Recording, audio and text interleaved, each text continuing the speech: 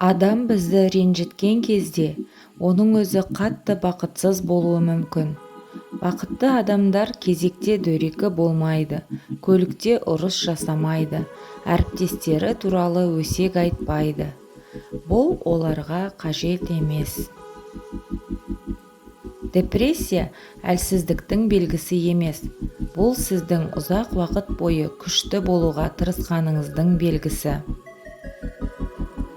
Сіз өзіңіз туралы қанша айтсаңыз да, сіздің артыңыздан айтатындар әрқашан қызығырақ айтып береді.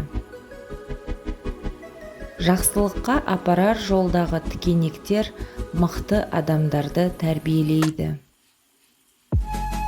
Кішкентай жетістіктерді байқағандар үлкен жетістікке жетеді.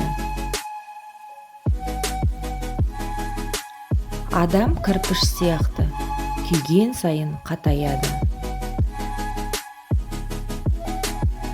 Біз жақын адамдарымыз бар кезде олар туралы аз ойлаймыз, және олар кеткен кезде ең көп зардап шегеміз.